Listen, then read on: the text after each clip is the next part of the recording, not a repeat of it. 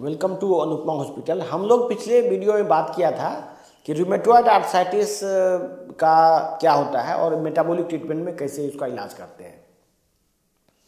आज बात करेंगे arthritis in general, rheumatoid arthritis हो, ऑस्टियोआर्थराइटिस हो, इसका एलोपैथिक में क्या इलाज है और वो बीमारी एलोपैथिक में किस तरह से किया जाता है। अब वो क्योंकि लोग ज़्यादातर एलोपैथिक में ही जाते हैं और एलोपैथिक में ही जाते जाते ज़्यादातर लोग एकदम हैंडीकैप हो जाता है आदमी। जब अपंग हो जाता है तब वो मेटाबॉलिक ट्रीटमेंट में या किसी और ट्रीटमेंट में जाता है। तो मैं आपको पहले आप जान लीजिए कि एलोपैथिक में आप इलाज कराएंगे तो वहाँ क्या क्या दवाइयाँ दी जाएगी और किस तरह से आपका इलाज होगा। ये यदि आप पहले से जानते रहते हैं तो आप धोखा खाने से बच सकते हैं।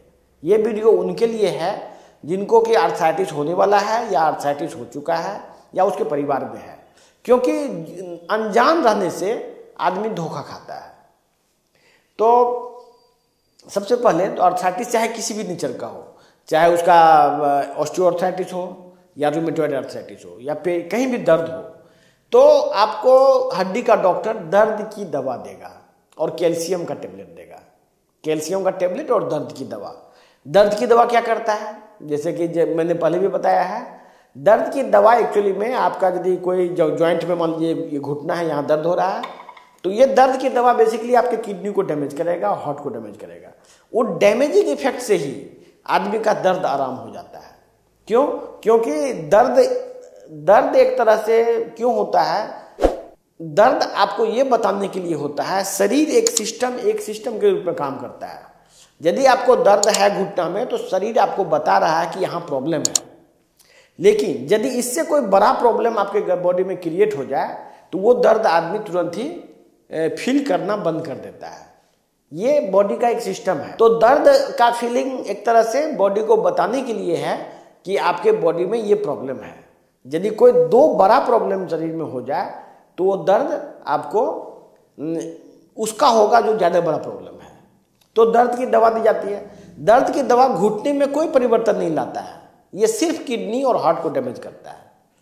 तो जब तक आपको दर्द की दवा दी जाएगी कुछ दिन तक तो असर रहेगा, बाद में फिर वो शरीर रेसिस्ट कर जाता है दवा से।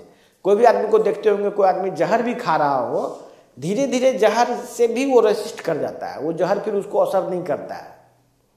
खास करके जो ड्रग्स वगैरह लेते हैं उनको देखते होंगे, शुरू में कम डोज में ड्रग्स लेता है, बाद में ज़्यादा डोज में लेना पड़ता है।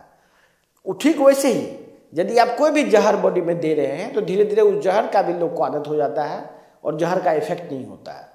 तो कुछ दिन के बाद वो जहर या पेन किलर जो है उससे दर्द आराम नहीं होता है।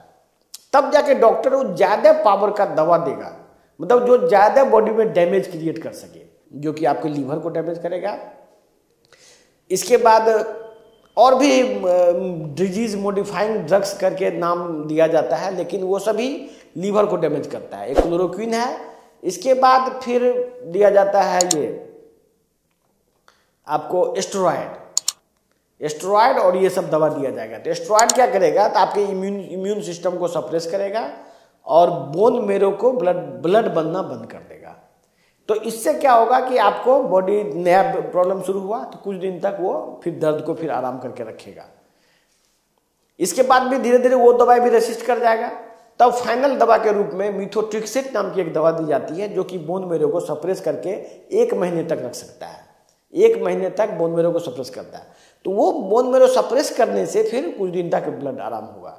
तो आप क्या चाहते हैं कि एक दर्द के लिए आप इतना सारा कष्ट सहेंगे, और ज़्यादातर लोग इसीलिए अपंग हो जाते हैं क्योंकि इतना ज़्यादा शरीर में डैमेज हो चुका होता है इन मेडिसिन के इफेक्ट से कि आदमी फिर किसी काम का नहीं रहता है।